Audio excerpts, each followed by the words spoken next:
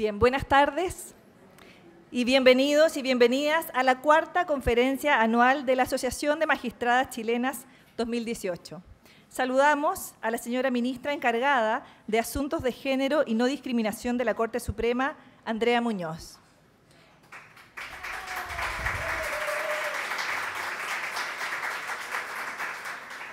Señoras ministras y señores ministros de Corte de Apelaciones, señora exfiscal de la Corte Suprema, Mónica Maldonado,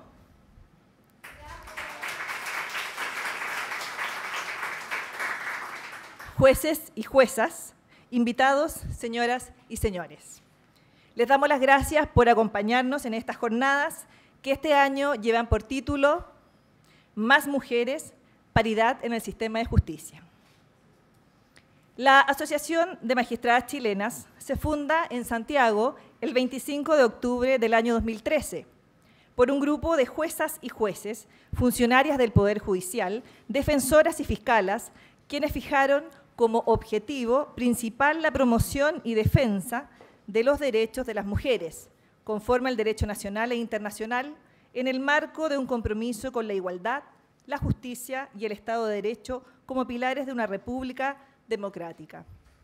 Su directorio, compuesto este año por María Francisca Zapata, su presidenta, Carola Rivas Vargas, vicepresidenta, Carolina Garrido Acevedo, secretaria, Pilar Maturana, tesorera, y Lidia Poza y Imay Ortiz y Fernando Guzmán Fuensalida, directoras y director, son quienes han definido las directrices del trabajo que viene haciendo esta asociación y la decisión de abarcar este año en esta convención la temática de la paridad en el sistema de justicia. Dejo con ustedes las palabras de bienvenida de las directoras de Machi, Carola Rivas, ministra de la Corte de Apelaciones de Concepción y vicepresidenta de Magistradas Chilenas, e Imay Ortiz, fiscal del Ministerio Público, fundadora y actual directora de nuestra asociación. Por favor.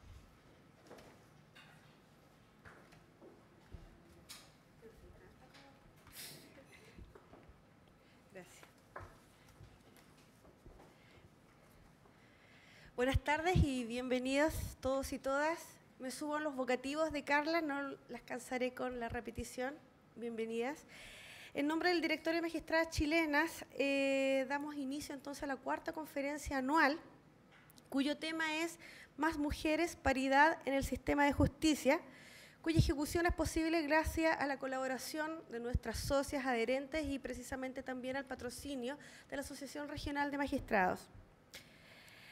El actual directorio de nuestra organización, elegido en el mes de junio del año pasado, ha querido imprimir un sello particular a su gestión, y es así como este se ha definido en el mismo tema que convoca esta conferencia, paridad en la justicia, la que además hemos querido hacer coincidir con la conmemoración del Día de la Mujer.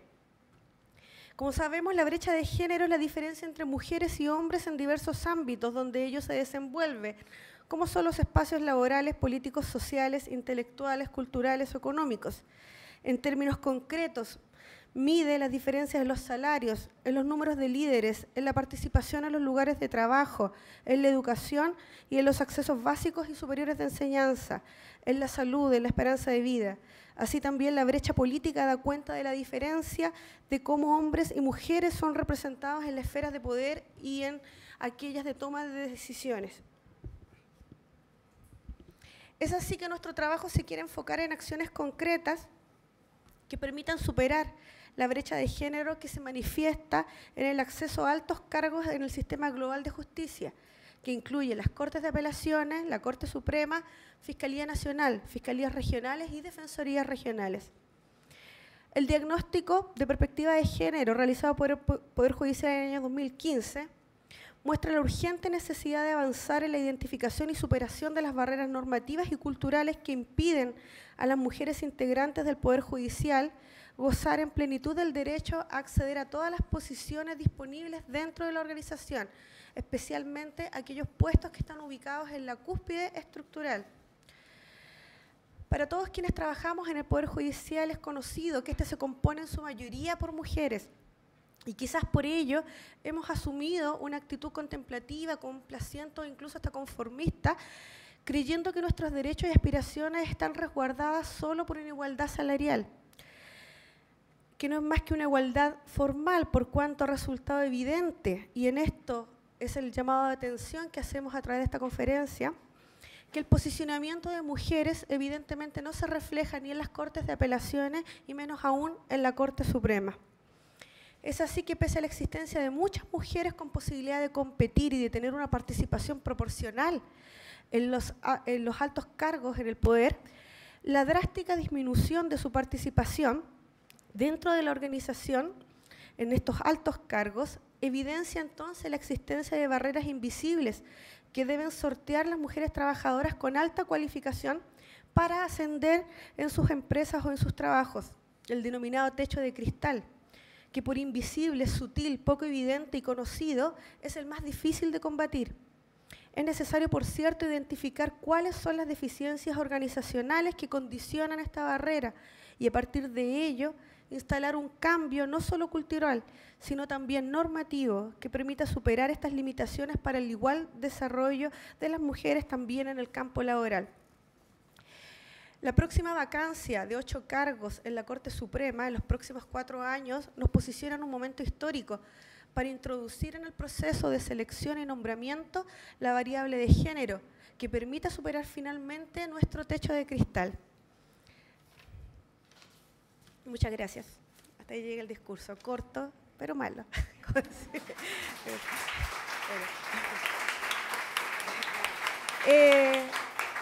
A continuación, vamos a contextualizar, porque en esta jornada, Más Mujeres, Paridad en la Justicia, tendremos 5 actividades en el día de hoy, comenzando por un acto de reconocimiento a la primera mujer integrante de la Corte Suprema en Chile, luego la exposición de la abogada Francisca Millán con el tema de la realidad de la verticalidad del poder, posteriormente la charla magistral a cargo de la abogada Ania Salinas con el tema Experiencias internacionales de paridad de género en el sistema judicial, la Corte Penal Internacional, y más tarde unas palabras del presidente de la Corte Suprema, ministro don Haroldo Brito, para luego poder tener un tiempo dentro del café para intercambiar las sensaciones y opiniones que nos puede dejar esta primera jornada de trabajo, sin perjuicio de invitarlas a todos y todas a compartir también la marcha del Día de la Mujer, que a continuación de esta actividad nosotros también participaremos. Muchas gracias, dejo con ustedes a Imai.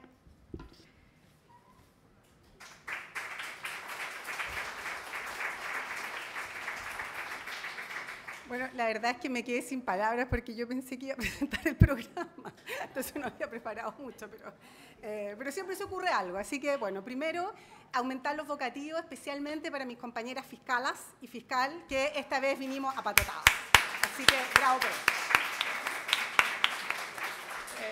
Que otras veces pero lo importante es que nos vayamos sumando, sobre todo en este año en que el tema va a ser la paridad, y también para nosotros es muy importante en la Fiscalía. Somos muchísimas las fiscalas, sin embargo, somos muy pocas las fiscalas jefas.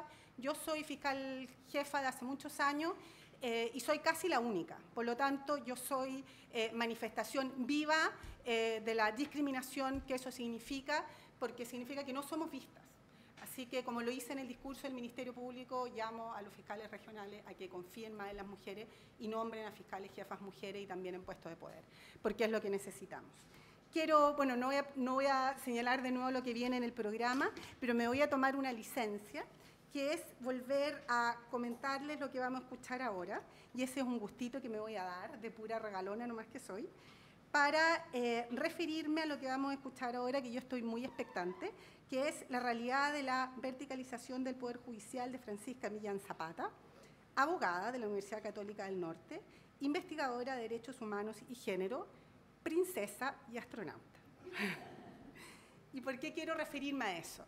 Ella es una princesa preciosa, como ven acá, a quien conozco desde chiquitita, desde cuando nosotros con su mamá, la Francisca Zapata, igual que mi hija, tenía la misma edad, queríamos que fuera Mafalda, pero ellas insistían en ser Susanita. Y creo que finalmente, hoy día ella es una investigadora, una tremenda abogada. Otra mujer joven que conozco de muy cerca, de hecho es mi hija, se acaba de titular de un doctorado en investigaciones en estudios latinoamericanos, pero también es princesa. ¿Y qué es lo que se acaba de casar como novia, con su merengue, digamos, su vestido? Cosas que yo no me habría permitido hacer. Y me quiero referir a esto, ¿por qué? Porque creo que lo que hemos logrado, aunque aún nos queda mucho, es que esta generación de mujeres hoy día tiene libertades que probablemente nosotras no tuvimos y que nuestras abuelas no tuvieron. Y que es la posibilidad de elegir. A nosotros nos quedaba o ser princesas o ser astronautas. No podíamos ser las dos cosas. Porque si éramos astronautas, éramos feas, no era femenina, miles de cosas. Hoy día, el espacio que estamos ganando es espacio de libertad, finalmente. Porque ¿para qué queremos ser iguales? Para ser libres, al final. Libres de elegir qué tipo de mujer queremos ser.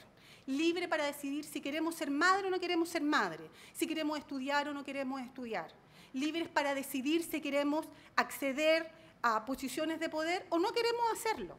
Pero finalmente tener las posibilidades de elegir y cuando tomamos esa elección poder acceder a esos puestos de poder si tenemos los méritos suficientes. Gracias y estoy expectante de escuchar a Francisca.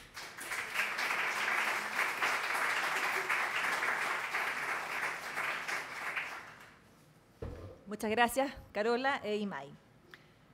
Como es sabido, el Poder Judicial de nuestro país se integra mayoritariamente por mujeres en los tribunales y juzgados de primera instancia.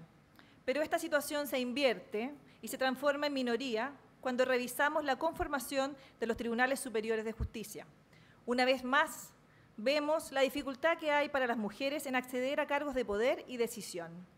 La legitimidad democrática de un Estado y de los poderes que lo integran se manifiesta en una participación equilibrada de hombres y mujeres en los distintos espacios jerárquicos que componen su estructura, lo cual es particularmente importante en el sistema de justicia que sustenta la base institucional y de confianza de una democracia sólida. Es por ello que hoy queremos reconocer a doña Mónica Maldonado por ser la primera mujer nombrada para ocupar un cargo en la Corte Suprema.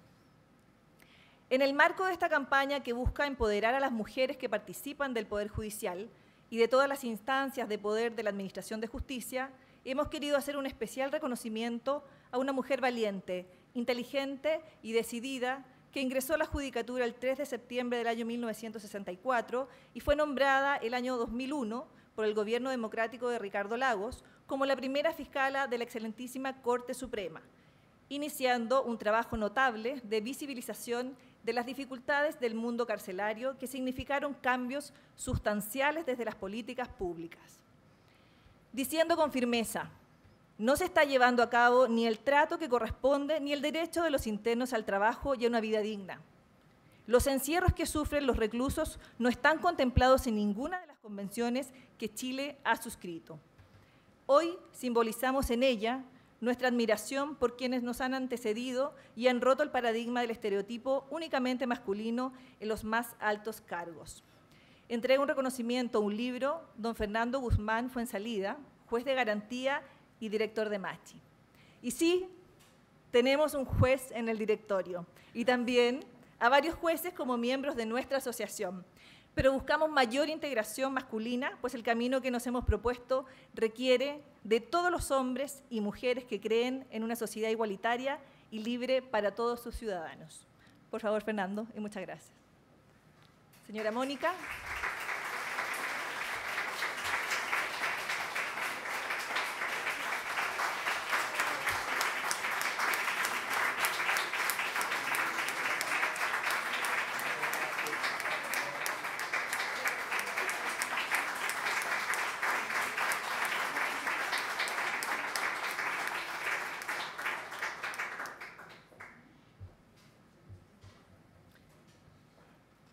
Cuando nuestro directorio decidió enfocarse en nuestro eje de trabajo, paridad en el sistema de justicia, fue porque teníamos a simple vista una realidad que no nos gustaba, esto es, la preterición de las mujeres en las altas posiciones de nuestra organización. Pero aquello que se ve a simple vista no es suficiente para comprender el fenómeno, detectar su dinámica interna y menos aún para identificar sus nudos críticos en miras de su superación.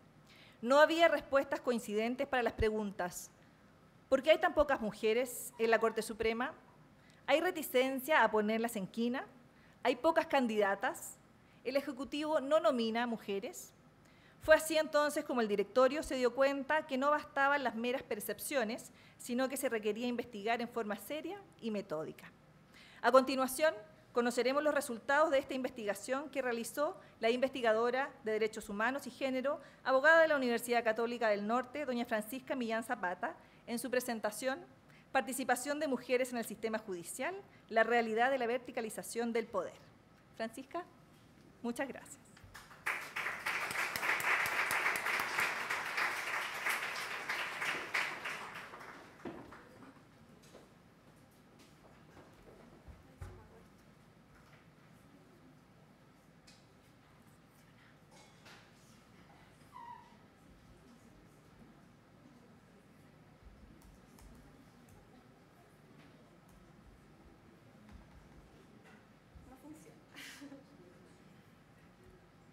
Está con clave. ¿Le puedes preguntar a la chica? No, si no hay partido.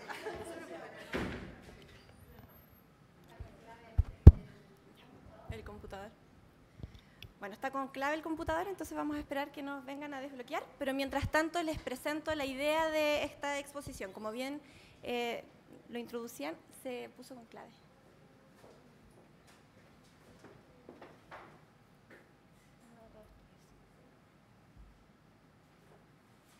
Muchas gracias. ¿Ahí se escucha bien? ¿Sí? Ya. Bueno, como bien ya anunciábamos, el título de esta presentación consiste en una investigación cuantitativa respecto a la participación de las mujeres al interior del escalafón primario del Poder Judicial. Si revisamos la composición general que tiene el Poder Judicial en su primer escalafón, podemos observar que efectivamente hay una participación bastante paritaria en la tercera categoría, ¿no es verdad?, que es aquella que está constituida por los tribunales de primera instancia. Y así vemos cómo el 56% de sus componentes son mujeres y el 44% son hombres. Pero a medida que va ascendiéndose al interior de este escalafón, podemos ver cómo también la participación de las mujeres van disminuyendo. En la segunda categoría tenemos ya una menor cantidad, ¿verdad?, 46,6% y 59,3% respecto de los hombres. Y a su vez, si vamos a la primera categoría de este escalafón, vemos cómo baja drásticamente la participación y consiste solo en un 27,2% de participación de mujeres y 72,7% de hombres. Ahora, respecto de la segunda categoría, se pone aún más preocupante la situación cuando uno observa que además cada una de estas categorías tienen desagregada la participación de mujeres respecto de las funciones que ejercen dentro de esa categoría. En la Corte Suprema, 5 de los 21 ministros en total son mujeres. Y el resto de los números, ¿verdad?, que cumplen este porcentaje de 27% está dividido en una fiscala de una en total y 7 relatoras de 8 en total. Y luego cuando vemos en las Cortes de Apelaciones, 58 solamente son ministras de los 161 y 18 de las 35 fiscales o fiscalas son mujeres. Vemos como la proporción de participación en las mujeres es mucho más alta en aquellos espacios unipersonales que no ejercen jurisdicción respecto de los colegiados que sí ejercen jurisdicción. Luego, podemos revisar... No avanza. ¿A dónde hay que apuntar? Ahí. ¿Ahí sí? Ya. Los habilitados y habilitadas para salir de la tercera categoría es un requisito que se incorporó para salir de la tercera categoría al interior de este escalafón. Es un requisito que se incorporó en el año 95. Entonces nos permite estudiar, ¿verdad?, dentro de los cursos de la Academia Judicial para habilitación, cómo se maneja la desagregación de género al interior de este apartado, ¿verdad? No es un indicativo que nos ayude a estudiar exhaustivamente la composición de estas categorías, porque aún no todas las personas que están al interior del primer escalafón son efectivamente habilitados, porque es un requisito reciente, ¿verdad? Pero sí nos ayuda a entender cómo se escala, ¿verdad?, en el ascenso del poder, estudiando la gente que se ha habilitado y cómo ha participado dentro de la carrera. Si vemos la habilitación hasta el día de hoy, que han sido 27 cursos de la Academia Judicial, son un total de 401 personas, que tiene una participación perfectamente paritaria. Han sido 201 mujeres las que se han habilitado y 200 hombres los que se han habilitado. O sea, tienen de la gente que hoy está en tercera categoría, se han habilitado paritariamente. Pero luego, si ponemos ojo en cómo han ido ascendiendo a través del poder, poco a poco se van desagregando y disminuyendo la participación de mujeres. Hoy, de las 401 personas que se han habilitado, 80 de ellas son mujeres las que han salido de la tercera categoría, ¿ya? Como se observa en ese número de ahí, 80 mujeres hoy de las habilitadas han salido de la tercera categoría. ¿Hacia dónde? Esa es la pregunta, ¿verdad? 25 de ellas han salido a puestos de relatoría o de fiscalas, es decir, que están en cargos unipersonales que no ejercen jurisdicción. Y las otras 55 están en las Cortes de Apelaciones como ministra, no habiendo ninguna de ellas aún alcanzado la Corte Suprema. Por otra parte, 88 de los habilitados que han salido de la tercera categoría son hombres y solo 15 de ellos están hoy en puestos unipersonales que no ejercen jurisdicción, ya sea de fiscalía o de relatoría, mientras que 69 son hoy ministros en alguna de las Cortes de Apelaciones del país y ya 3 de ellos son ministros en la Corte Suprema. Como les indiqué inicialmente, este criterio no nos permite hacer un estudio exhaustivo de la composición de la categoría porque aún hay ministros y ministras que no están habilitados como para que nos permitiera completar, ¿verdad?, la composición de la categoría en su análisis. Pero sí nos indica ya ciertas cuestiones, que las mujeres que, pese a habilitarse paritariamente, ya la carrera en el ascenso es discretamente menos, el 80 versus el 88. Pero además, si uno desagrega ese ascenso, ve que muchas de ellas, mucho más en proporción que los hombres, van a cargos que no ejercen jurisdicción versus los hombres que en su mayoría van como ministros de Corte de Apelaciones. Y además también puede hacernos un indicativo de la velocidad de la carrera, porque ya 3 hombres de los habilitados han llegado a la Corte Suprema, mientras que ninguna de las mujeres habilitadas lo ha logrado. Ahora, si uno analiza cuantitativamente la composición de cada una de las Cortes de Apelaciones del país, podemos ver los siguientes números. En Arica, de un total de 7 miembros, 6 de ellos son hombres y una es mujer, en una proporción, ¿verdad?, de 85,7% de hombres y 14,3% de mujeres. Ahí sí. Arica. Y es presidente de esa corte un hombre. Luego, vemos como Iquique, ¿sí? Ay, no se ve el circulito. ¿Ah? ¿Sí? Es que no sale la pelotita. Ya. Iquique, de un total de 4 miembros, 3 son hombres, una mujer, con una proporción de 66,6% versus 33,3% y preside un hombre.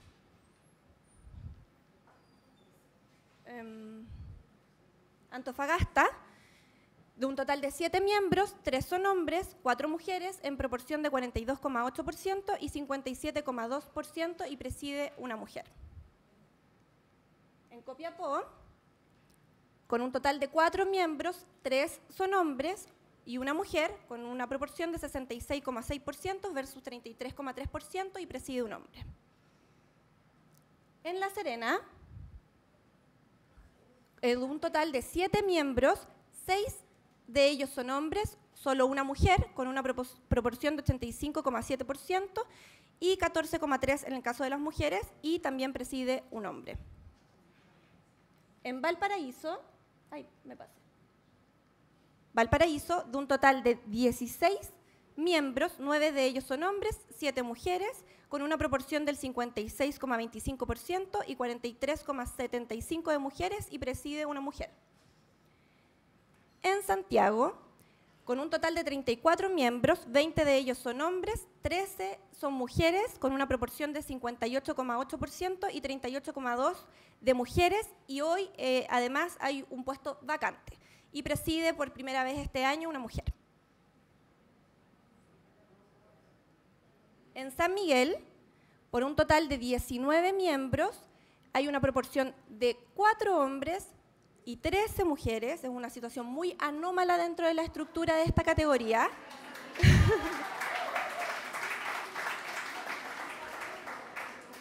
Con una proporción de 21% de hombres y 68,4% de mujeres, en el que hoy hay 2 vacantes y por supuesto preside una mujer. En Rancagua hay un total de 7 miembros, 6 de ellos son hombres, no hay ni una mujer, hay hoy una vacante que tal vez podría desafiar la realidad histórica. ¿Cómo? ¿Ya lo nombraron? Bueno, no estoy tan actualizada, pero entonces no desafiaron su realidad histórica. Nunca ha habido un ministro, una ministra mujer en esta corte. Nunca. Ah, perdón. Sí. No, ahora no hay. En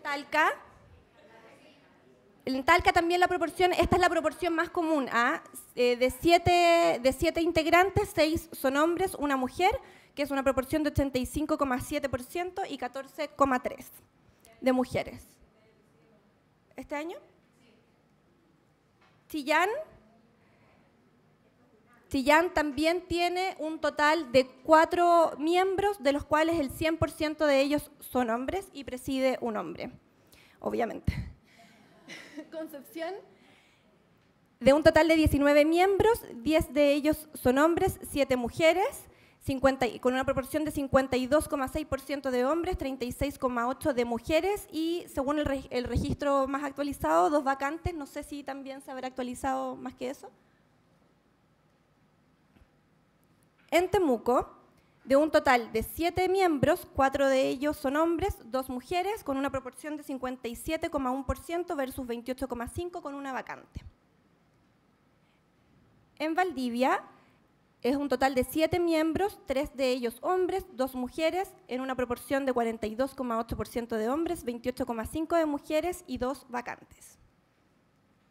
En Puerto Montt tiene una integración paritaria, ¿verdad?, de un total de 4 miembros, 2 hombres, 2 mujeres y preside un hombre. En Coyhaique, de un total de 4 miembros, 2 son hombres, una mujer, con una proporción de 50 y 25%, preside una mujer y se encuentra una vacante. Y por último, Punta Arenas, que también tiene una integración paritaria de un total de 4 miembros, 2 de ellos son hombres y 2 mujeres y preside una mujer. Si uno hace un análisis de la situación país, ve cómo la composición nacional de la segunda categoría del escalafón primario, considerando solo aquellos cargos que ejercen jurisdicción, ¿verdad?, que son ministras de Corte de Apelaciones y ministros, vemos que hay una composición total de 93 hombres ministros, 58 mujeres ministras, en una proporción de 57,7% de hombres y 36 de mujeres, con un total de 10 vacantes, hasta la última actualización, por supuesto, revisada por este estudio, de un 6,2%, y además 10 de ellos son presidentes y 7 de esas cortes tienen presidentas mujeres. Ahora, este número pareciera no ser tan malo, ¿verdad?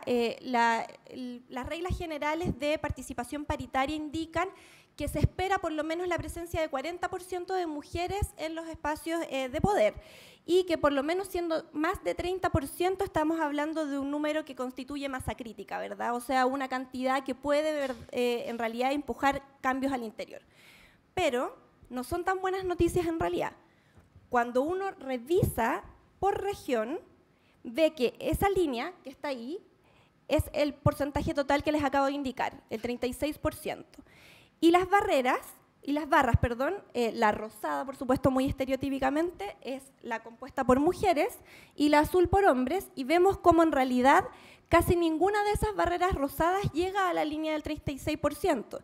Y que tengamos ese número total del país está dado gracias a la composición excesiva de mujeres en algunas cortes que tienen más miembros, como la Corte de San Miguel, que viene a compensar un poco la realidad nacional. Pero si uno la desagrega por región, la verdad es que casi ninguna de ellas alcanza la masa crítica. Bien. Acá podemos verlo con mayor facilidad. Si analizamos el rango porcentual de participación de mujeres en las Cortes de Apelaciones, vemos que hay un 0% de mujeres en 2 cortes. Es decir, ya hay 2 cortes que no tienen ni un miembro mujer. Y eso no puede ser compensado, ¿verdad?, por la realidad de la Corte de San Miguel, porque cada jurisdicción es autónoma y representa su propia realidad. Entonces, en ese espacio jurisdiccional, simplemente no podemos hablar de que exista una representación clara y refleja de la sociedad al interior de esa Corte, ¿verdad?, porque simplemente no hay mujeres.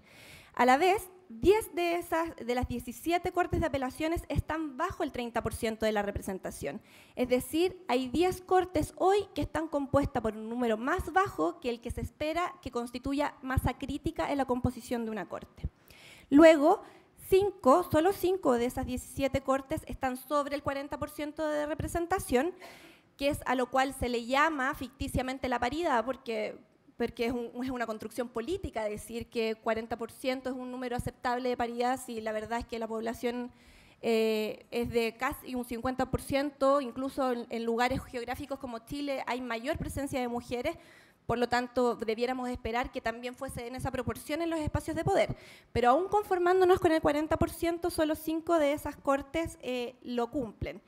Y ya siendo más reales respecto al concepto de paridad, solo 2 de ellas tienen realmente una composición de relación de 50 y 50, y otras 2 tienen mayoría de mujeres. Luego, si hacemos un análisis de esta misma naturaleza con la composición actual de la Corte Suprema, vemos también respecto de solo aquellos miembros que ejercen jurisdicción, es decir, las ministras, dejando fuera quien hoy ocupa el lugar de fiscala de la Corte Suprema, respecto del espacio colegiado, 15 de un total de 21, 15 de esos miembros son hombres y solo 5 de ellas son mujeres. Actualmente hay una vacante además disponible, y con una proporción del 71,4% de hombres y 23,8% de hombres, el cual es presidido por un hombre y en realidad nunca ha sido presidida por una mujer.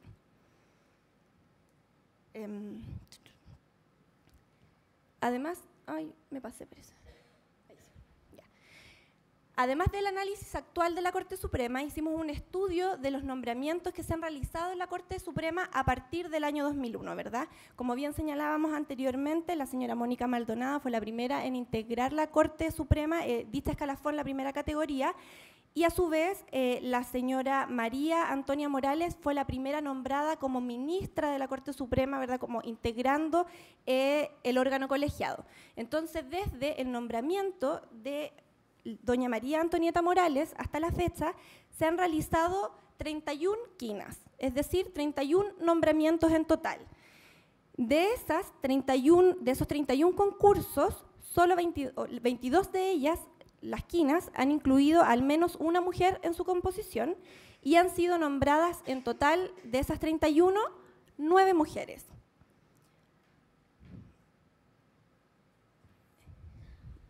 En esta investigación dividimos la participación de mujeres en 3 etapas. Primero, las mujeres que postulan. Luego, cómo se comporta el órgano seleccionador respecto de las mujeres postulantes. Y luego, cómo se comporta el órgano nominador respecto de la composición de las quinas. Partiendo por las participantes. Solo en 25 de 31 concursos postularon mujeres, es decir, hubo 6 concursos en los que hubo participación solamente de hombres. El número de participación de mujeres en cada el número de cantidad de participantes en cada uno de sus concursos varía muchísimo. Hay concursos en el que han postulado solamente 9 personas y otros concursos en que han llegado a postular 23. Sin embargo, pese a lo dispar de la participación de cada concurso, la participación de mujeres es más o menos similar y se divide en esta forma. Hubo 0 postulantes mujer en 6 concursos de los 31. Hubo sola una mujer participante en 13 de los 31 concursos. 13, casi la mitad. Hubo 2 postulantes mujeres en 9 de los concursos. Hubo 3 postulantes mujeres en 2 de los concursos y hubo 4 postulantes mujeres solo en 1. y en ninguno de ellos hubo más de 4 mujeres que postularan. Luego, si hacemos un análisis de cómo se conformaron las quinas en cada uno de estos 31 concursos, podemos ver lo siguiente. En estas 31 quinas hubo 0 mujer componiendo la quina en 9 de ellas. Hubo solo una mujer componiendo la quina en 16 de esas quinas. Hubo 2 mujeres en 6 de las quinas.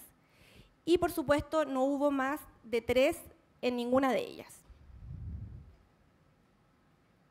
Finalmente, respecto del órgano nominador, ¿verdad?, el Poder Ejecutivo, de estas 31 quinas recibidas para realizar un nombramiento, solo en 9 de ellas nombró efectivamente a una mujer. Ahora, si hacemos un análisis de cada uno de los cuadros ahora expuestos, ¿verdad?, respecto del número de postulantes, el número de mujeres en quina y el número de nombramientos realizados, podemos obtener rápidamente 3 de estas conclusiones, que son las conclusiones más importantes para el efecto, ¿verdad?, de esta conferencia. De los 9 concursos en que el seleccionador no incluyó mujeres en la... ¿Ahí sí? Ya. Entonces, vamos a analizar todas las 3 etapas expuestas. De los 9 concursos en que el seleccionador no incluyó mujeres en la quina, 6 de ellos se debe a que no habían postulantes mujeres. Por lo tanto, podemos decir que en solo 3 de las quinas sin mujeres se debe a la voluntad del órgano seleccionador, porque mal podría haber puesto mujeres si efectivamente no habían postulantes. En segundo término, el órgano seleccionador incluyó mujeres en 22 de las 31 quinas. Si a ese total, al total de 31 quinas, se le restan los concursos en que no se presentaron mujeres, entonces el órgano seleccionador incluyó mujeres en 22 de las 25 quinas en las que pudo hacerlo. Finalmente, el órgano nominador recibió solo 22 quinas en las que había al menos una mujer incluida y nombró a una, ¿verdad?, de esa quina, nombró a una mujer ministra en 9 de ellas. Por lo tanto, nombró a una mujer en el 40,9% de los casos que pudo hacerlo. El estudio, el análisis que acabo de presentar muestra a claras luces, como cada una de ustedes podrá ver, que hoy el principal cuello de botella de participación de las mujeres en el ascenso del poder está dado en las propias postulaciones. El análisis de los factores que lo llevan a eso, ¿verdad?, es algo que queda muy en la intriga de cada uno de nosotros y, por supuesto, muy en la intención de hacer una investigación de carácter cualitativo para poder abordar cuáles son las brechas estructurales a las que las mujeres se enfrentan y los desincentivos a los que las mujeres se enfrentan para simplemente no participar de los procesos. Y ese es un desafío que también en el contexto de esta conferencia debemos llevarnos a analizar, lo que por supuesto no libra de responsabilidad al órgano seleccionador de buscar métodos que logren convocar también a las mujeres para efectivamente participar de estas etapas. Pero hoy, si uno hace un análisis y se quiere poner a sacar conclusiones apresuradas, podemos incluso decir que si hubiesen participado mujeres en todos los concursos, tal vez tendríamos por lo menos 3 mujeres más nombradas de las que hoy han existido. Finalmente, ya para terminar, nos dejamos con esta frase de Michelle Bachelet, nuestra actual presidenta, que en su momento, siendo directora ejecutiva de ONU Mujeres, señaló: si una mujer entra a la política, cambia la mujer. Si muchas mujeres entran a la política, cambia la política. Y esta frase es aplicable a todos los espacios públicos, ¿verdad?, en los cuales se puede disputar presencia de mujeres. Y no tiene que ver con que las mujeres efectivamente, por su sola presencia o existencia, vayan a cambiar algo respecto del órgano al que puedan pertenecer, pero sí da mayor muestra de igualdad, de justicia distributiva y de democracia, y ese es un desafío que tienen todos los espacios, sobre todo el Poder Judicial, siendo un poder del Estado. Eso es todo. No sé.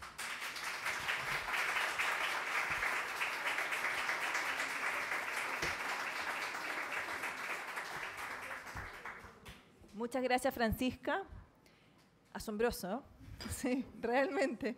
Dudas, yo creo que las vamos a dejar para el café, ¿ya? Porque yo creo que hay harto que comentar en este sentido.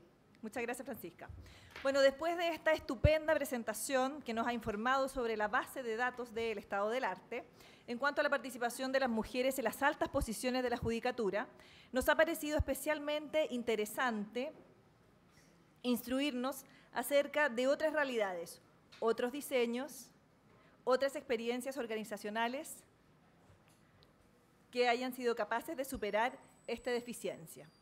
¿Es posible encontrar un modelo distinto que pudiera servir de referente al cambio organizacional que queremos provocar? La respuesta nos la trae Ania Salinas. Ella es abogada de la Universidad de Concepción, doctora en Derecho Penal Internacional de la Universidad de Glasgow, Escocia, Reino Unido, y Legal Officer de la Corte Penal Internacional de La Haya, Holanda. No está de más puntualizar que Ania es la única persona chilena que ocupa esta alta posición en la Corte Penal Internacional, lo que nos hace especialmente orgullosas de contar con su apoyo en nuestro trabajo y en nuestra conferencia. Dejo con ustedes experiencias internacionales de paridad de género en el sistema judicial, la Corte Penal Internacional. Gracias.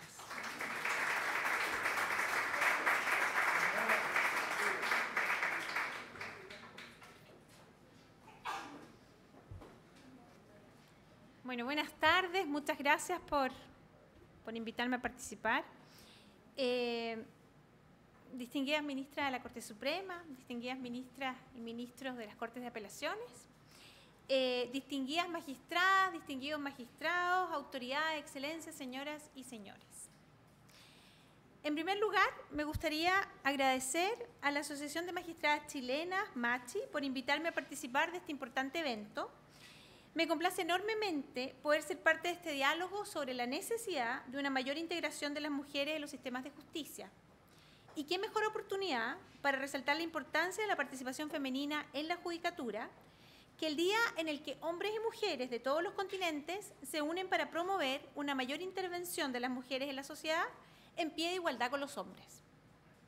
Este año en particular, el Día Internacional de la Mujer se conmemora dentro de un contexto clave para profundizar la lucha por los derechos, la igualdad y la justicia de las mujeres.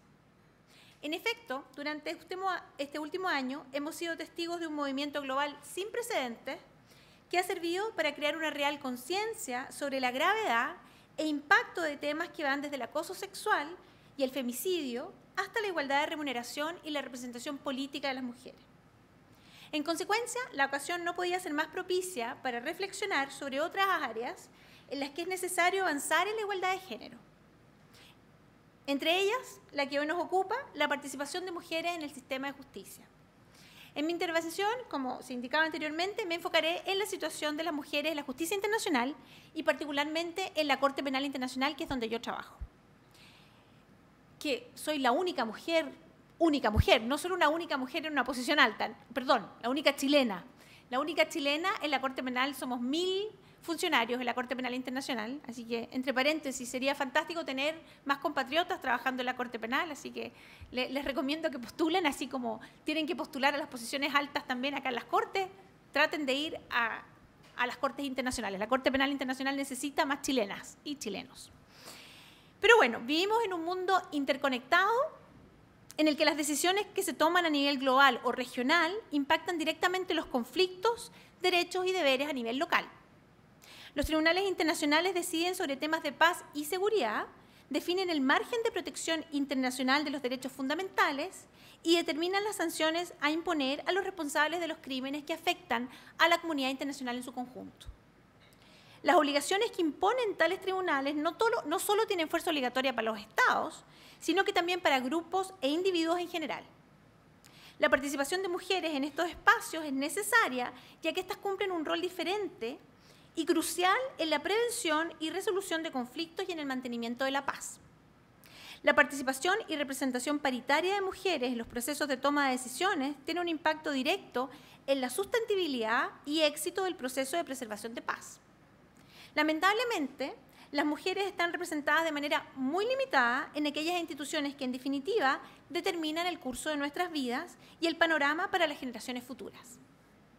Aunque ha habido algún progreso en los últimos años, este aún resulta absolutamente inadecuado, tanto a nivel de tribunales internacionales como de organismos internacionales en general. Cuando hablamos de organismos internacionales, lógicamente, el primero que se nos viene en mente a todos nosotros son las Naciones Unidas, ¿no? Bueno, veamos cuál es la situación de las Naciones Unidas. Es interesante observar las Naciones Unidas, ya que esta nos da un panorama bastante claro de la realidad internacional, el que se refleja de manera muy similar a nivel nacional, como nos ha indicado Francisca en su brillante intervención. La Carta de las Naciones Unidas, que fue suscrita el año 1945, afirmó por primera vez a nivel mundial el principio de igualdad entre mujeres y hombres. A partir de ese momento, el principio de no discriminación se ha reconocido y complementado en una serie de tratados y declaraciones internacionales de derechos humanos, como la Declaración Universal de los Derechos Humanos, el Pacto Internacional de Derechos Civiles y Políticos y el Pacto Internacional de Derechos Económicos, Sociales y Culturales, entre otros. Importantes derechos que complementan el principio de no discriminación son, por ejemplo, el derecho al acceso a la toma de decisiones, que conlleva la obligación de los Estados de promover el acceso igualitario de las mujeres a las entidades de toma de decisiones, incluyendo, por supuesto, los tribunales de justicia. El derecho al acceso al trabajo en igualdad de oportunidades, que se extiende a las posiciones de nivel internacional en organismos internacionales judiciales o de monitoreo. Y por último, el derecho de acceso a la justicia, que no solo debe ser interpretado como un derecho al debido proceso, sino que también incluye el derecho a ser juzgado y oído por individuos en condiciones similares. Por lo tanto, las mujeres víctimas y acusadas tienen el derecho a una jueza mujer. Además, desde su creación, la ONU ha impulsado incontables iniciativas, estrategias y normas destinadas a mejorar la condición de las mujeres a nivel mundial. Entre ellas, por supuesto, una muy importante es la Declaración y Plataforma de Beijing, suscrita en 1995, que constituye un plan histórico firmado por 189 países, estableciendo la agenda para la materialización de los derechos de las mujeres, que establece, entre muchas otras medidas a adoptar, la obligación de los Estados de lograr integrar una perspectiva de género en la solución de los conflictos armados o de otra índole y la ocupación extranjera, y procurar lograr un equilibrio de género al proponer o promover candidatos para ocupar puestos judiciales y de otra índole en todos los organismos internacionales, como los Tribunales Internacionales de las Naciones Unidas para la antigua Yugoslavia y para Ruanda, la Corte Internacional de Justicia y otras instituciones relacionadas con el arreglo pacífico de controversias. Además, la obligación de garantizar que las mujeres tengan el mismo derecho que los hombres a ser jueces, abogados y funcionarios de otro tipo de tribunales. Además, en el año 2000, una resolución muy trascendente del Consejo de Seguridad de las Naciones Unidas reafirmó la importancia de la representación femenina en todos los procesos de decisión a nivel nacional, regional e internacional y en las instituciones y mecanismos destinados a la prevención, manejo y resolución de conflictos. Sin embargo, a la fecha, la paridad está lejos de alcanzarse. Por ejemplo, en la Corte Internacional de Justicia, el principal órgano judicial de las Naciones Unidas, y de cuyos trabajos estaremos muy atentos en Chile el próximo 19 de marzo, cuando comiencen las audiencias en el caso con Bolivia, en sus 63 años de existencia ha tenido solo 4 juezas permanentes. Esto constituye solo un 3,77% del total de los 106 jueces permanentes que la Corte ha tenido en su historia. Sin duda, es de gran relevancia que 3 de esas juezas permanentes sirven su mandato en la actualidad. Tenemos a Sue Hankin de China, Joe Donoghue de Estados Unidos y Julia Sebutine de Uganda. 3 actualmente cumpliendo su mandato. Esto, por supuesto, que muestra efectivamente un cambio en la dirección correcta, pero aún está muy lejos de constituir una paridad, ya que son 15 los jueces permanentes que integra la Corte en cada oportunidad, solo 3 de 15. La anterior jueza permanente fue Rosalind Higgins, de Gran Bretaña, quien fue además presidenta de la misma Corte, la primera presidenta mujer, desde el año 2006 al año 2009, lo que también, por supuesto, es un enorme logro en la integración femenina en las Cortes. Por otra parte, la situación de abogadas y funcionarias judiciales profesionales en la Corte Internacional de Justicia también ha mejorado bastante, pero jamás una mujer ha ocupado un cargo profesional de más alto rango, P5, o un cargo directivo, que son los cargos D1 o D2. Y esto es realmente espeluznante, porque las proyecciones de ONU Mujeres del año 2005, al menos 2015, perdón, fueron las últimas proyecciones que se hicieron, son extremadamente desalentadoras, porque dice que conforme al incremento proyectado, el incremento proyecta aquí, en qué año se logrará la paridad en estas posiciones. Bueno, la ONU Mujeres dijo que jamás se logrará paridad en los niveles P5 de 1 o de 2. Esa es la proyección, nunca. Bueno, una historia muy similar, y por eso les digo, por favor, vengan a la Corte Penal también. Una historia muy similar se repite en los otros tribunales internacionales, regionales e híbridos y en las distintas comisiones de las Naciones Unidas. En el Tribunal Internacional del Derecho del Mar, por ejemplo, de sus 21 jueces, solo una es mujer. En la Corte Interamericana de Derechos Humanos tenemos el orgullo de haber contado con la jueza Cecilia Medina, quien integró dicho tribunal desde el año 2004 y llegó a ser su primera vicepresidenta en el año 2007 y luego la primera mujer presidenta en el periodo 2008-2009. Sin embargo, luego de un periodo en que ninguna mujer integró la Corte Interamericana, esta cuenta hoy nuevamente con solo una jueza, que es la jueza Elizabeth Odio Benito de Costa Rica. De la misma manera, si bien Gabrielle Kirk MacDonald fue la primera mujer que presidió el tribunal para la ex Yugoslavia y Navi Pillay presidió el tribunal para Ruanda, nunca esos tribunales lograron representación paritaria entre hombres y mujeres, nunca. Efectivamente, a su término, a fines del año pasado, en diciembre del año pasado terminó el tribunal para la ex Yugoslavia, este no contaba con ninguna mujer como jueza. Si bien en algún momento el tribunal tuvo también solo mujeres en los más altos puestos, con Gabrielle Kirk MacDonald como presidenta, Louisa Arbour como fiscal y Dorothy Sampaio como secretaria judicial, siempre hubo mayoría de hombres en los estrados. Un estudio reciente indica que la participación de mujeres en las cortes internacionales es efectivamente muy limitada. En promedio, la proporción de juezas que integran cortes y tribunales internacionales alcanza un 17%. La poca representación de mujeres a nivel internacional no solo se limita a los tribunales, sino que se extiende también a otros importantes órganos como la Comisión de Derecho Internacional y muchas otras instituciones creadas en virtud de tratados suscritos dentro del marco de las Naciones Unidas. Y aquí me voy a salir un poco del speech para contarles que si uno analiza las proporciones de participación en las Naciones Unidas, aparece como que efectivamente fuera cercano al 40%, que es el término de paridad. Pero cuando uno saca de esa proporción la ONU Mujeres, todas las organizaciones, las organizaciones de los derechos del niño, ya bajan notablemente a menos del 20%. Entonces, la participación de mujeres nuevamente está solo en aquellas instituciones que se dedican a los temas que normalmente han sido de interés de las mujeres. Pero en otros temas, como el derecho espacial, no hay ninguna mujer. No hay astronauta. Lamentablemente hay solo princesas, parece, no hay astronauta. Un informe de la Comisión Internacional de Juristas del año 2013 destaca la importancia de la participación total y en igualdad de las mujeres en la judicatura. El informe también se refiere, y esto es muy importante, a los obstáculos para lograr tal representación. ¿Por qué nosotras no estamos en esos lugares? Bueno, entre ellos este informe destaca la falta de transparencia en los procesos de nominación y selección, como una de las principales razones por las que las mujeres no acceden a estas posiciones. Esto afecta directamente a las mujeres porque en general las mujeres no tenemos el mismo acceso a las redes de contacto y a los círculos políticos a los que acceden los hombres. De la misma manera, las mujeres tenemos que continuar luchando contra los estereotipos tradicionales de género que han presentado a los hombres como jueces y a las mujeres en posiciones de menor autoridad. Las mujeres son las asistentes, las secretarias, no los jueces. Ese ha sido el estereotipo de género tradicional.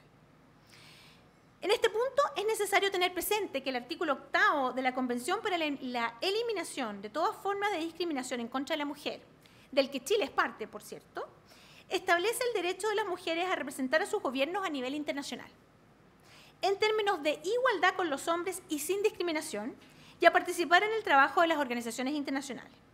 La norma requiere que los Estados no solo se abstengan de discriminar en contra de las mujeres, pero requiere además que se adopten medidas afirmativas, affirmative action, para erradicar las barreras que en la práctica discriminan en contra de las mujeres. En efecto, los Estados y las organizaciones internacionales no solo deben eliminar los obstáculos que conllevan a la discriminación, sino que deben tomar medidas afirmativas y desarrollar mecanismos, guías y estándares que promuevan la representación equitativa de hombres y mujeres a nivel nacional e internacional. La falta de paridad entre hombres y mujeres como jueces internacionales y miembros de los organismos de control es un asunto muy serio. No se trata de que las mujeres sean mejores que los hombres, ese no es el punto, sino que es una cuestión de igualdad, diversidad, legitimidad e impacto. Las disparidades de género en distintas instituciones debilita el compromiso internacional con la igualdad y la no discriminación. La falta de paridad socava la legitimidad de los tribunales internacionales y sus mandatos de proteger valores universales, afectando por lo mismo el impacto de esto.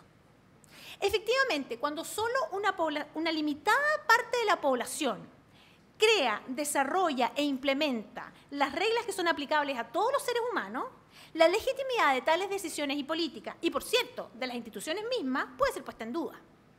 La inclusión de mujeres en equidad también contribuye a una mejor justicia procesal e influencia la percepción de justicia de los destinatarios de las decisiones. Las mujeres efectivamente ayudan a poner en la agenda de discusión temas que de otra forma resultan ignorados. Aportan una perspectiva diversa que afecta directamente los resultados y permite que los procesos se desarrollen en forma distinta. Por ejemplo, como se indicó con anterioridad, el derecho de acceso a la justicia también incluye el derecho a ser juzgado y oído por individuos en situaciones similares. En el contexto de los tribunales penales internacionales, ha quedado demostrado que muchas víctimas y testigos se sienten mucho más confortables al declarar y contar los detalles de las atrocidades que han vivido frente a mujeres. De la misma forma, las actitudes y el lenguaje que pueden ser interpretados como de falta de respeto hacia las mujeres puede ser evitado con la presencia de fiscales y jueces mujeres. Fiscalas, como dijeron, perdón. Esto resultó evidente en la CPI en el caso Bemba. Yo trabajé por 6 años en el caso Bemba y en ese caso era muy interesante ver cómo el caso Bemba, resumiendo de manera muy general, es el caso emblemático de violencia sexual en la Corte Penal Internacional. Nosotros tuvimos cerca de 6.000 víctimas participando y es un caso por el que se condenó a un comandante por violación de mujeres, hombres y niños por más de 5 meses.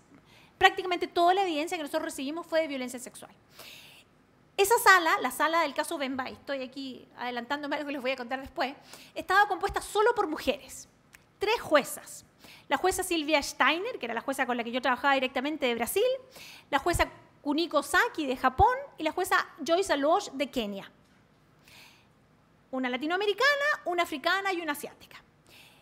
Y en estas declaraciones de los testigos, que prácticamente todos, como les cuento, hablaban de violencia sexual, los testigos en algún minuto, en muchas oportunidades, terminaban llamando a las juezas mamá. Mamá, no sé qué. Y solo le respondían a las preguntas que les hacían las mamás. Cuando las preguntas venían del fiscal o de la defensa, generalmente hombres, no respondían a las preguntas. Prefiero que la mamá me pregunte. Con la mamá converso. En la Corte Penal Internacional, esa es la realidad. Por lo tanto, los testigos respondían a las preguntas sobre temas muy personales cuando estos eran puestos por la jueza y no por los fiscales o abogados, la mayoría hombres. La importancia entonces de incluir mujeres en las posiciones claves resulta evidente también cuando se analizan los temas que han tomado relevancia en las decisiones judiciales influenciadas por mujeres. Nuestra compatriota, la jueza Cecilia Medina, por ejemplo, jugó un papel fundamental en el desarrollo de la jurisprudencia de la Corte Interamericana relativa a la discriminación de género en el caso algodonero, por ejemplo. Otro ejemplo fundamental es el papel que tuvieron las mujeres en los tribunales ad hoc en el desarrollo de la jurisprudencia sobre violencia sexual y de género. La violencia sexual y de género todos sabemos que ha sido siempre parte de la guerra. Históricamente, siempre hubo violación y violencia sexual en la guerra. Pero solo en los años 90, la violencia sexual y de género cometida en el curso de conflictos armados comenzó a ser reconocida, ¿no? Un cambio histórico ocurrió a partir de la creación de los tribunales para la ex Yugoslavia y para Ruanda. Por ejemplo, en la sentencia del caso Akayesu para el Tribunal de Ruanda, la que solo porque contaba con la influencia de la jueza Navi Pillay de Sudáfrica, reconoció por primera vez que el genocidio podía también cometerse por medio de violación. De manera similar, la jueza Elizabeth Oviedo Benito de Costa Rica, durante su tiempo como jueza del Tribunal para la ex Yugoslavia, fue reconocida por su función de incluir la violación como una forma de tortura. ¿Okay? Dentro de este contexto, la Corte Penal Internacional lidera el movimiento de participación femenina y perspectiva de género en las altas cortes. Brevemente, la Corte Penal Internacional es el primer tribunal criminal internacional permanente con mandato global, complementaria a las jurisdicciones nacionales, independiente de las Naciones Unidas y en base a su propio tratado, que es el Estatuto de Roma. El estatuto fue adoptado por 139 estados el 17 de julio del año 1998 y entró en vigor el 1 de julio del año 2002. A la fecha, 123 estados son parte del acuerdo. El Estatuto de Roma es extremadamente relevante para nuestra discusión, ya que por una parte codifica por primera vez en la historia de la justicia internacional la violencia en contra de mujeres como crímenes de guerra y crímenes de lesa humanidad, incluyendo violación, esclavitud sexual, incluyendo el tráfico de mujeres, prostitución forzada, embarazo forzado, esterilización forzada y otras formas graves de violencia sexual y persecución basada en el género.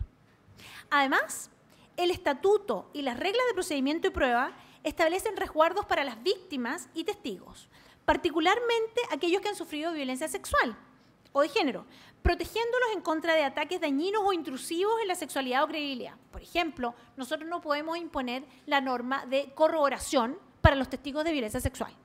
Está prohibido por las reglas de procedimiento y prueba. Pero además, el Estatuto de Roma es el primer instrumento internacional que impone a los Estados parte la necesidad de tener en cuenta al momento de seleccionar a los magistrados que la composición de la Corte debe existir una representación, primero, de los principales sistemas jurídicos del mundo, segundo, una distribución geográfica equitativa y, por último, una representación equilibrada de magistrados, hombres y mujeres. Y además, tienen que existir jueces con experiencia legal en temas específicos, incluyendo violencia en contra de las mujeres. Todas esas condiciones se imponen en el estatuto mismo. Este resguardo institucional, incluido en el estatuto, se ha materializado en una experiencia que ha desafiado todos los estereotipos. En el año 2010, la Corte Penal Internacional fue el primer tribunal internacional con contar con una mayoría de jueces mujeres. 11 de los 18 jueces eran mujeres el año 2010. Lamentablemente, por cierto, esta proporción ha decrecido en los últimos años.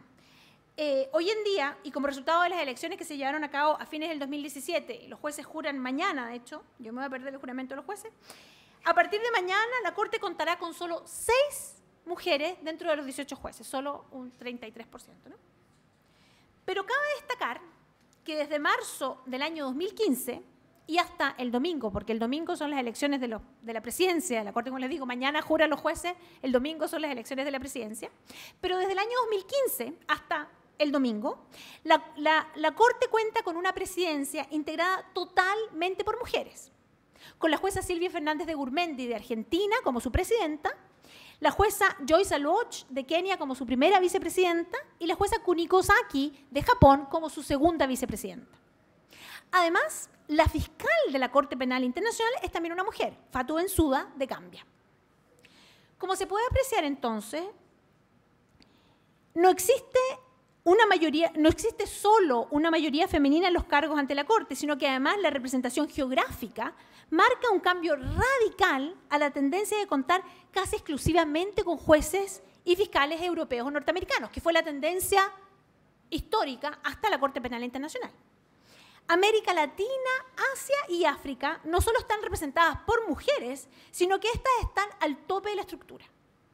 Parece evidente entonces que la real diversidad solo se puede lograr en la práctica cuando existen las provisiones legales y las estructuras institucionales necesarias para promover la participación paritaria.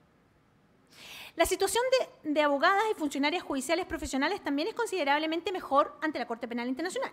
Si la comparamos, por ejemplo, como comentábamos, la Corte Internacional de Justicia, que nunca van a alcanzar paridad en los altos cargos, bueno, al menos nosotros tenemos algunas, ¿no? Si bien no existe paridad en los cargos más altos tampoco, las mujeres al menos ocupan algunos de los cargos profesionales de más alto rango y directivos. 14 mujeres ocupan funciones P5, que es la función profesional más alta, que equivale a un 31% del total, y una mujer ocupa una posición directiva, lo que equivale a un 11% del total. Nuevamente, no es paritaria, pero al menos ocupan algunos cargos.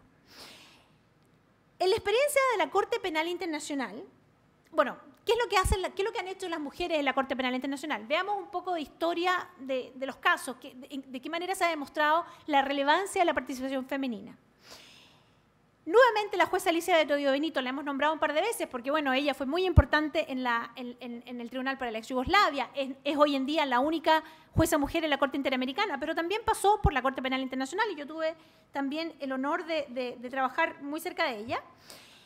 En el caso Lubanga, y aquí les cuento un poco más que leer esto, el caso Lubanga es un caso en el que solo, y no digo solo queriendo decir que no es importante, pero es limitado, ¿no? El fiscal solo presentó cargos por el reclutamiento, alistamiento y uso de niños soldados. Ese era el cargo en ese proceso. Pero la evidencia presentada demostraba que el uso de esos niños no era solo para participar activamente en las hostilidades, sino que también era uso con fines sexuales. Tenían a estos niños como esclavos sexuales, como mujeres que las obligaban a casarse con los soldados, ¿no?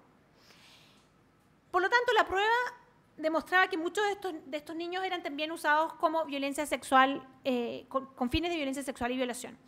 Lo que la jueza Odio Benito intentó en ese caso fue, a la mitad del juicio, tratar de recalificar, hacer una recalificación legal, algo que en el sistema en Costa Rica es posible, en otros sistemas también los jueces en algunas oportunidades pueden. Trató de recalificar legalmente la caracterización legal de los hechos. Finalmente eso no fue posible en ese caso porque existe una norma de procedimiento bastante estrictas que siguen más el sistema del common law en ese sentido y por lo tanto no fue posible rectificar la calificación legal de los hechos en la mitad del juicio. Pero ¿esto sirvió para qué? Para que en otro juicio relacionado con el caso Lubanga, que es el caso en contra del general Antaganda, Antaganda era el segundo de poder que venía después de Lubanga, y ellos en realidad estaban juntos en la guerra. Se hizo el caso Lubanga finalmente solo por estos casos, pero las críticas que recibió el fiscal fueron tan grandes y, como les digo, impulsados por esta decisión que preparó la jueza Odio Benito, que finalmente el fiscal tuvo que pedir. Al momento que el caso Lubanga se llevó adelante, el señor Antaganda no había sido aún arrestado. Por lo tanto, cuando esto pasó y no se pudo recalificar en Lubanga, lo que hizo el fiscal fue pedir un nuevo mandato de arresto por Antaganda, en el que se incluyó violación, esclavitud sexual y violencia sexual. Y por lo tanto, cuando este señor fue arrestado, que es exactamente los mismos hechos, exactamente la misma guerra, él sí está siendo en este momento procesado, está en juicio, incluyendo esos hechos. Lo que además ha presentado discusiones legales muy importantes en esta interacción entre el derecho internacional humanitario y el derecho penal internacional. Porque por supuesto, la primera defensa que presentó, el primer alegato que presentó su defensa fue: los crímenes de guerra se cometen en contra de otros. No puedo cometer crímenes de guerra en contra de mis propias fuerzas. Por lo tanto, mis fuerzas podrían violar a otros, pero no se me puede acusar a mí de cometer violación en contra de mis propias fuerzas. Bueno, eso fue una discusión muy interesante, legal, y hace un par de meses la sala de apelaciones dijo que no era un requisito, que no podía interpretarse de esa forma, aun cuando la interpretación del derecho internacional humanitario era estricta en ese sentido. El derecho penal internacional toma su curso propio y conforme al Estatuto de Roma y conforme a las normas de la Corte Penal Internacional, es perfectamente posible cometer crímenes de guerra en contra de las propias fuerzas. Y por lo tanto, el proceso sigue adelante. Y como les decía, otro ejemplo muy importante es el del caso Bemba, en el que yo tuve la suerte de trabajar por 6 años en esta sala compuesta únicamente por mujeres. El caso Bemba fue un caso de la primera condena por responsabilidad de mando, por crímenes de guerra y crímenes de lesa humanidad, principalmente de violación, en una parte muy importante de la población civil. Tuvimos aquí, como les contaba, cerca de 6.000 víctimas participando y básicamente el crimen que se cometió en este caso fue violación. Les cuento un poco de historia. Son los crímenes que se cometieron en la República Central Africana en el año 2002 por una milicia enviada desde la República Democrática del Congo, en la que básicamente una milicia, el general quería apoyar al presidente de la República Central Africana, que había recibido un golpe de Estado y entonces que estaba en su frontera, le pide ayúdame, le manda 1.500 hombres y le dice a estos 1.500 hombres: páguense con lo que encuentren, vayan y defiendan al presidente. Bueno, los hombres estuvieron 5 meses y se pagaron básicamente con saqueo, sacaron todo lo que pudieron sacar y violaron a todos los que pudieron violar. Hombres, mujeres, niños. Pero además, las violaciones que cometieron no fueron solo violaciones para satisfacer una necesidad sexual, no. Fueron violaciones que se cometieron con el fin de humillar y castigar a los rebeldes o a los que se consideraba que apoyaban a los rebeldes. Y ayer estaba en otra conferencia, les comentaba, después de tantos años escuchando la evidencia uno se pone un poco insensible, ¿no? Pero hay una que a mí me ha marcado mucho y que les marcó mucho a las juezas también, y fue la gang rape, la violación por un grupo que recibió, de la que fue víctima, un chef de quartier, ¿no? ¿Cómo llamaríamos un chef de quartier? Un encargado de un jefe de una población, ¿no? Un jefe de un pueblo, más bien. ¿Y qué pasa? Él vivía en su compound, que estaba compuesto de muchas casas, donde estaba él con sus 4 esposas y todos sus niños, ¿no? En distintas casas. Entran estos soldados rebeldes y violan primero a las niñas, después a las mujeres, pero después agarran a este chef de quartier, porque era el chef de quartier, y lo sacan afuera de la casa y lo violan ahí, frente a todos. ¿Qué pasa con esto? ¿Cómo analizan esto las juezas? Las juezas dicen, esto no es simplemente violación, esto no es simplemente un crimen de guerra, esto es una herramienta de guerra usada por poder, para humillar y para empoderarse, ¿no? ¿Y esto por qué no lo hicieron al interior de la vivienda? ¿Por qué no hicieron siquiera al interior del compound? Y lo sacaron a la calle para humillarlo, porque era una persona de poder y era necesario humillarlo.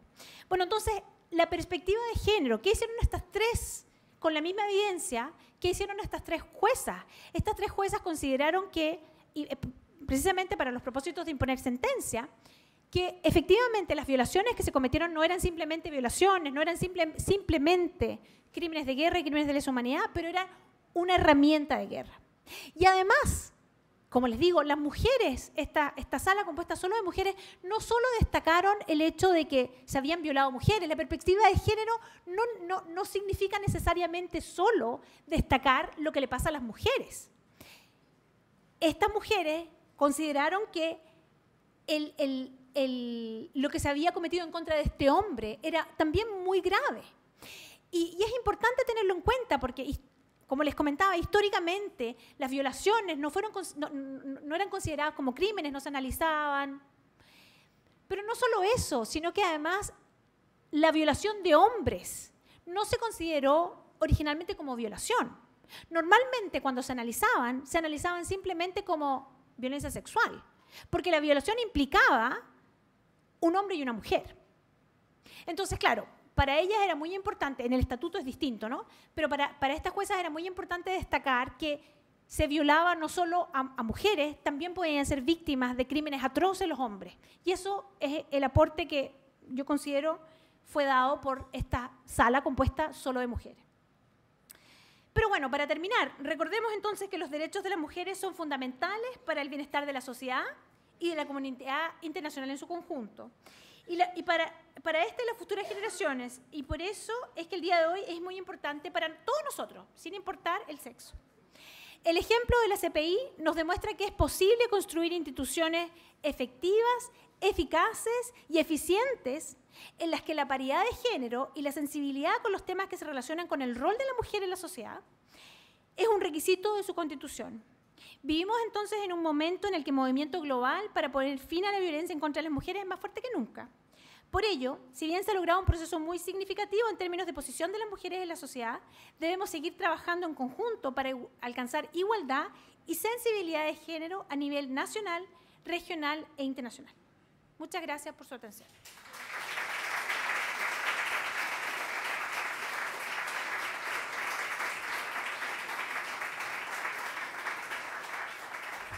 Ania, muchas gracias.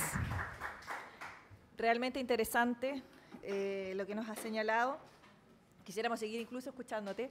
Tenemos unos minutos para si quieren hacer algunas preguntas, tanto para lo que expuso Francisca como para lo que expuso Ania, mientras esperamos que llegue el presidente, el señor Brito.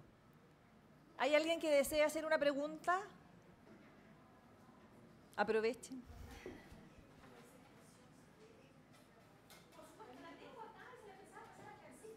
La presentación, dice Ania, que la podemos compartir a través de correo electrónico. Hay una persona que quiere hacer una pregunta allá. No sé si tenemos para las dos. ¿Tiene Imai? ¿Había micrófono? Ya.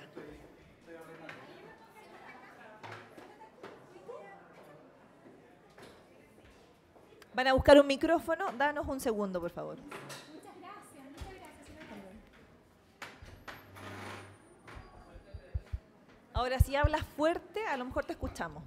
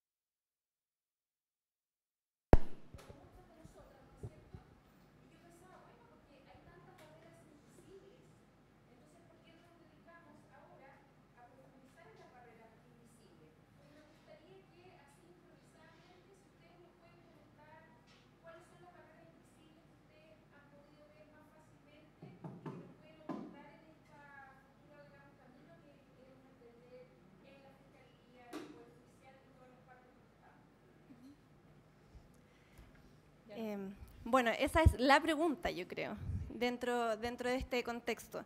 Primero que todo, tener súper claro en qué sistema estamos, ¿verdad? Estamos funcionando en un sistema patriarcalizado, ¿verdad? Que la gracia de este sistema es que establece en el funcionamiento de todas las estructuras un falso neutro. El mundo está estructurado de una forma que nos hace creer que es para todos, pero en realidad está hecho pensado en un modelo de masculinidad, ¿verdad? En un modelo de hombre, que es aquel el que tiene las facilidades para los accesos, el que se siente convocado. En definitiva, son sistemas androcéntricos. Entonces, cuando se plantea un concurso, por ejemplo, en este caso particular, como el que analizamos acá, se plantea un concurso que pareciera ser abierto para todas las personas. En realidad, la forma en la que está estructurada está hecho bajo las lógicas de competencia, de poder, de jerarquía, de habilidades, de incentivo, etcétera, que se han potenciado históricamente en los hombres y no en las mujeres. Me explico.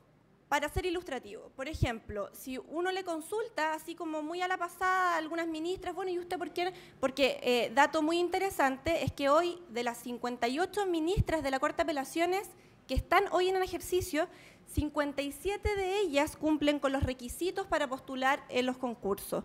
Hay solo una que no cumple aún el requisito de tiempo, ¿verdad? Porque fue nombrada en octubre. Pero todas las demás cumplen hoy con todos los requisitos para postular a las siguientes vacantes que se abran, ¿verdad?, para de concurso interno del ministerio, porque la vacante actual es de abogados externos. Pero para el siguiente concurso, por ejemplo, todas ellas están habilitadas para postular, cumplen con los requisitos, sin embargo, no postulan más de una, dos o tres. ¿Por qué? Si uno habla con una, bueno, no, mira, es que la verdad es que no estoy lo suficientemente preparada. ¿Quién toma esa decisión de preparación? O no, mira, es que no me toca. O sea, la idea de competencia que los hombres tienen desarrolladas como personas competentes lo suficientemente para disputar todos los espacios, las mujeres no los tenemos desarrollados. Y esos son los estereotipos y los sesgos de género que tenemos formativos, ¿verdad? Desde la propia crianza hasta el sistema educacional, los mensajes publicitarios, las estructuras organizacionales, la forma en la que escogemos las carreras a las que nos vamos a dedicar, cuál es el rol que ocupamos al interior de las familias, y todas esas construcciones estereotípicas de las mujeres al interior de la sociedad son las que luego desincentivan en la participación en estos concursos que son falsamente neutros. Ahora, ¿cuál es la solución? La obvia verdad de desarmar los estereotipos, o sea, sí, tú puedes hacerlo, tú eres competente, tú cumples con los requisitos, aportar en preparación, aportar la idea de competencia, ¿verdad?, por parte de las propias postulantes. Pero también el sistema tiene un desafío. Si uno lo revisa, el sistema pareciera no haberse portado tan mal. Pero hoy, ¿qué responsabilidad está asumiendo el órgano seleccionador de convocar a las mujeres con perspectiva de género, ¿verdad? Por ejemplo, hablamos últimamente mucho sobre la importancia de la perspectiva de género a la hora de juzgar. Pero también es importante que los procesos de selección incluyan perspectiva de género. ¿Cómo convoco a las mujeres? Hoy no está convocando a las mujeres. Hoy el sistema está convocando solamente a los hombres, pese a que formalmente pudieran hacerlo. Entonces es multifactorial, ¿verdad? ¿Cómo logramos que las postulantes se sientan, o las potenciales postulantes se sientan con la posibilidad efectiva de postular, y que el órgano seleccionador convoque de forma que efectivamente llegue a las mujeres? Y lo último, me llamó mucho la atención dentro de esta nómina de 31 concursos, ¿verdad?, que hubo 5 concursos seguidos, de los 6, 5 concursos en los que no postularon mujeres, seguidos. Y en realidad me puse a analizar, y bueno, ¿quién habrá estado componiendo la corte? A lo mejor fue una corte especialmente machista, y luego me di cuenta que antes de esos 5 concursos hubo 3 nombramientos seguidos de mujeres. ¿Y qué pasa con eso? Las mujeres saben o sabemos que cuesta que nos seleccionen. Entonces, cuando vemos, ya seleccionaron a una mujer, no van a seleccionar a otra, caemos una vez más en el falso neutro, ¿verdad? Nadie se cuestiona cuando una quina está solamente con hombres. Sin embargo, sí llama la atención si hubiese una quina con muchas mujeres. Nadie se cuestiona que hayan 3, 4, 10, 100 hombres históricamente nombrados uno tras otro. Pero el hecho que haya 1, 2, 3, 5 seguidas desincentiva a las mujeres porque saben que es mucho más difícil su posibilidad de ingresar en los espacios de poder. Muchas gracias, Francisca. ¿Hay algo que deseas agregar, No Ania? tengo nada que agregar, la verdad es que Francisca respondió de manera excelente la pregunta, no, creo que no hay nada más que puedo agregar. Bien, muchas gracias por su tiempo sobre todo.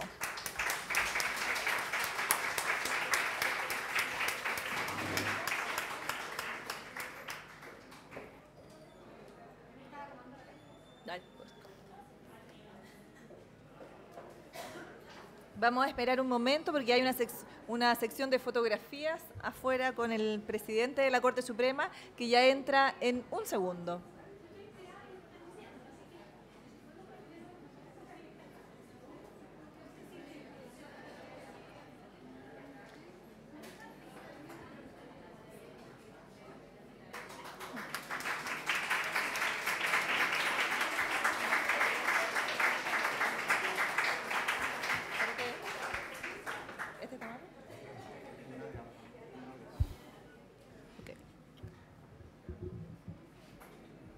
Bien. El pasado 1 de marzo, el presidente de la Corte Suprema llevó a cabo la inauguración del año judicial 2018 y señaló: en lo que toca a la participación de las mujeres en el Poder Judicial, ha de estudiarse los efectos de la normativa vigente en cuanto a la selección y nombramiento, a objeto de adoptar preceptos que rechacen barreras improcedentes. La importancia de esta aserción es incuestionable y deja a la Asociación de Magistradas Chilenas en una inmejorable posición para seguir avanzando en su campaña Más Mujeres, apuntando a la superación de las barreras normativas y culturales existentes para los ascensos de las magistradas. Es un honor contar, para el cierre de esta jornada, con la presencia del presidente de la Corte Suprema, don Haroldo Brito. Gracias, señor.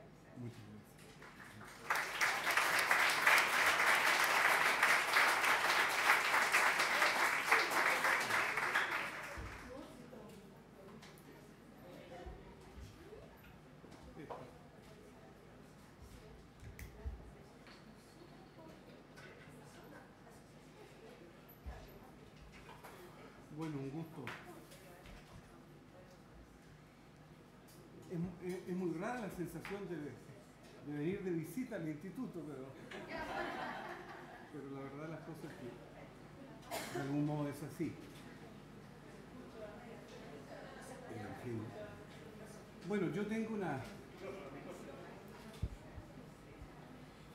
tengo preparadas unas pocas fojas sobre un tema en el que evidentemente no soy un conocedor profundo, de tal suerte que ha de primar mi interés por el tema y la convicción y la certeza de que quienes lo están trabajando están haciendo un trabajo particularmente importante, interesante. En esa posición es que yo he aceptado hablar acerca de esta cuestión de género, estos temas tan fundamentales para todos, y eso valga como explicación y como tácita solicitud de comprensión con el conferencista que ustedes mismos han elegido esta tarde, que es un exceso, créanme. Pero en todo caso yo quiero hacer unas buenas apreciaciones, unas pocas apreciaciones, y comenzar señalando que el punto de partida es la constitución política entre nosotros. Recordar, que la Constitución proclama que todas las personas nacen libres e iguales en dignidad y derechos, y que entre estos últimos consagra el de las personas a participar con igualdad de oportunidades en la vida nacional. Parece ser el punto inicial. La Constitución también asegura a todas las personas la igualdad ante la ley, y por si quedaran dudas, en el mismo numeral lo repite de manera categórica: hombres y mujeres son iguales ante la ley, en Chile no hay persona ni grupos privilegiados, por lo que ni la ley ni autoridad alguna podrán establecer diferencias arbitrarias. Subyace a todas estas disposiciones un reconocimiento normativo del principio de igualdad. Idea que, por cierto, no es nueva.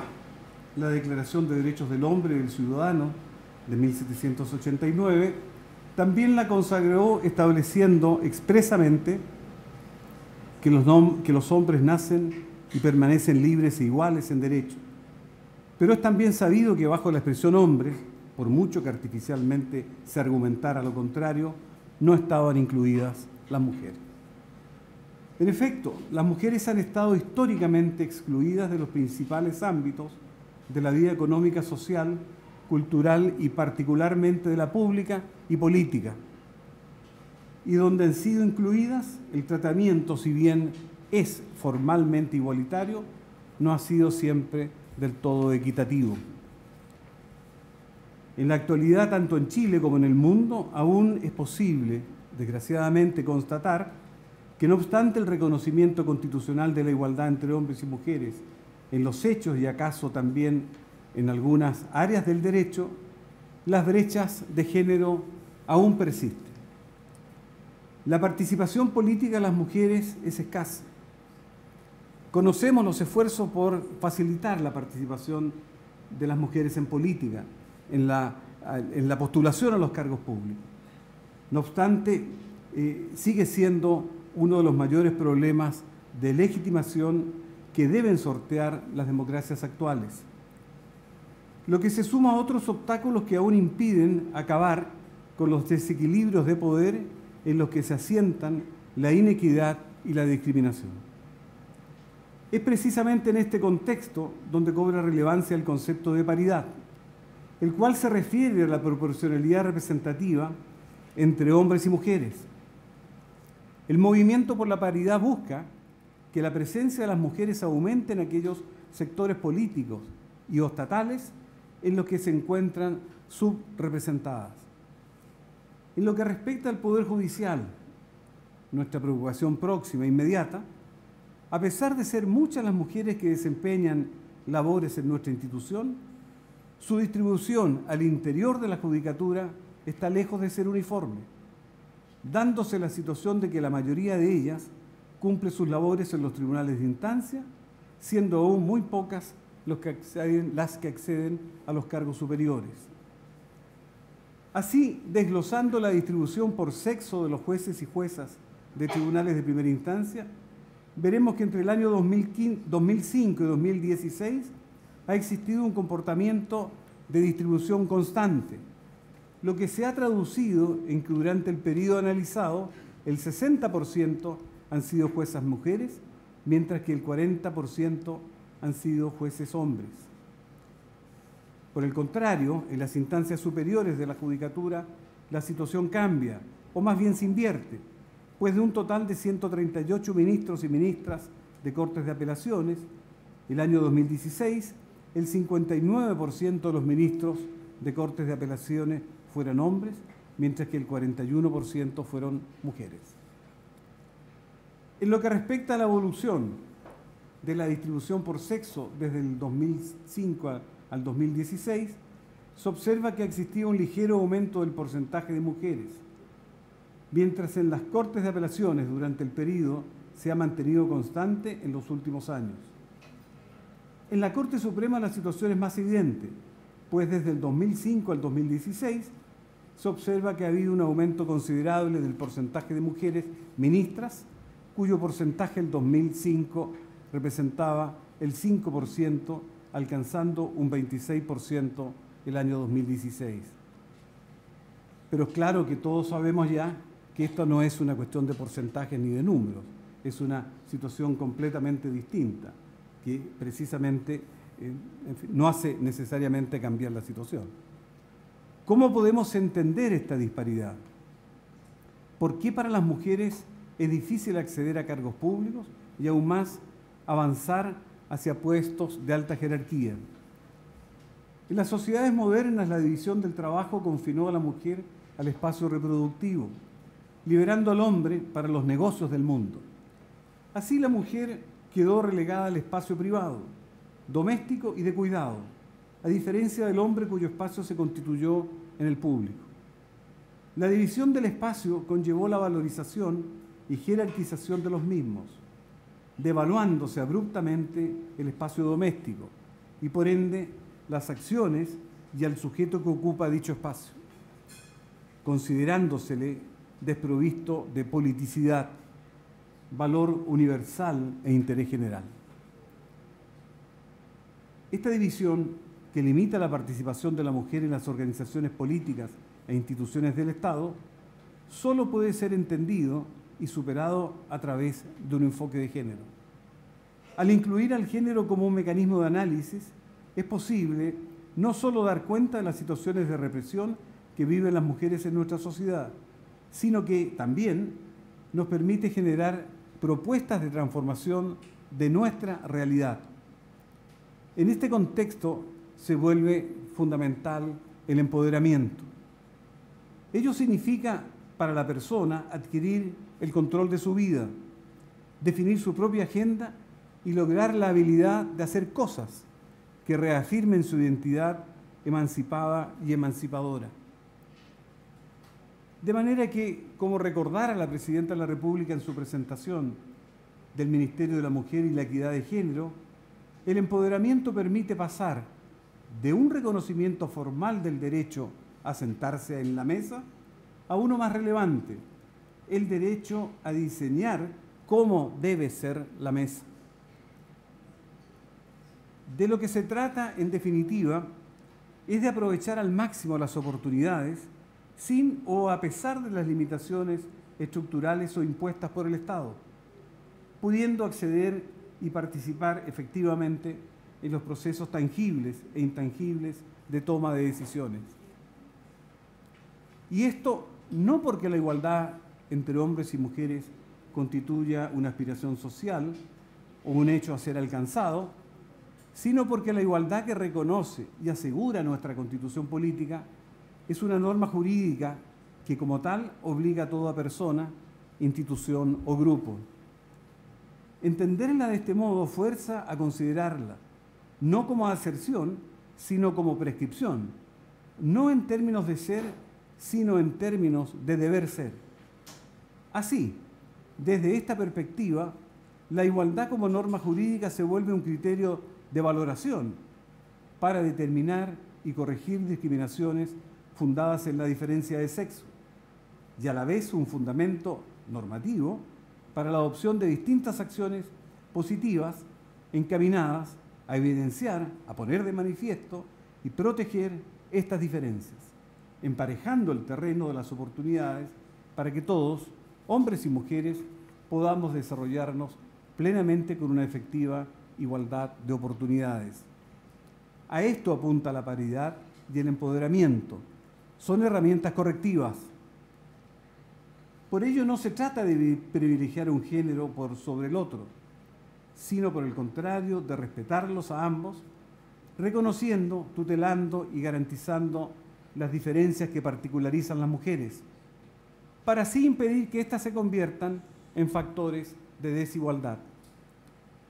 En una sociedad civilizada y moderna, propia de un Estado republicano y democrático, avanzar en los derechos de las mujeres, impulsar la participación femenina en igualdad de condiciones en todos los ámbitos de la vida social y trabajar por cerrar las brechas de género, debieran entenderse ya no solo como imperativos éticos, sino además como condiciones necesarias para mejorar la calidad de vida de todas y todos, pues en dicho resultado se beneficia la sociedad en su conjunto. Conseguir la igualdad de género y empoderar a las mujeres son claramente tareas pendientes en nuestro país, no obstante los avances, y constituyen nuestro más grande desafío en esta materia. Instancias, estos debates como los que reúne hoy, sobre paridad en el sistema de justicia, son pasos hacia la toma de conciencia, discusión y educación en lo relativo a los discursos culturales imperantes, que obstaculizan el pleno desarrollo de la mujer en el país y en el mundo.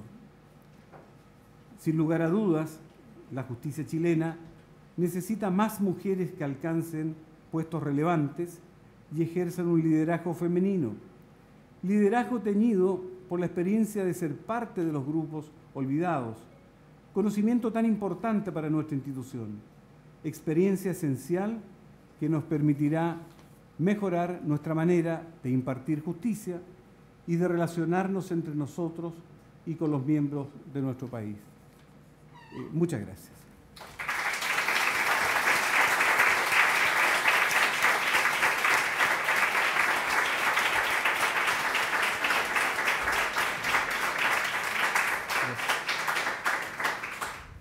Muchas gracias por sus palabras. Las valoramos de todas maneras y seguro que la presidencia suya, señor, será un avance también para nuestro planteamiento. Así que muchas gracias. Ojalá sea así. Así será.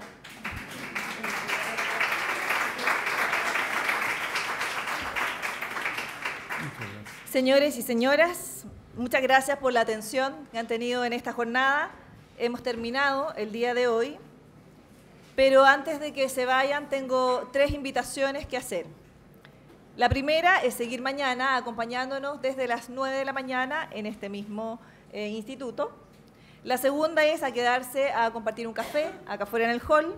Y la tercera, quizás la más importante también, es participar de la marcha por el Día de la Mujer, que se va a realizar en unos momentos más, es a las 6 de la tarde, a las 18 horas, convocándonos a nuestro punto de reunión que será en calle Merced con Las Tarrias. Muchas gracias a todos por la atención, también las personas que estuvieron en las ponencias. Nos vemos mañana. Buenas tardes.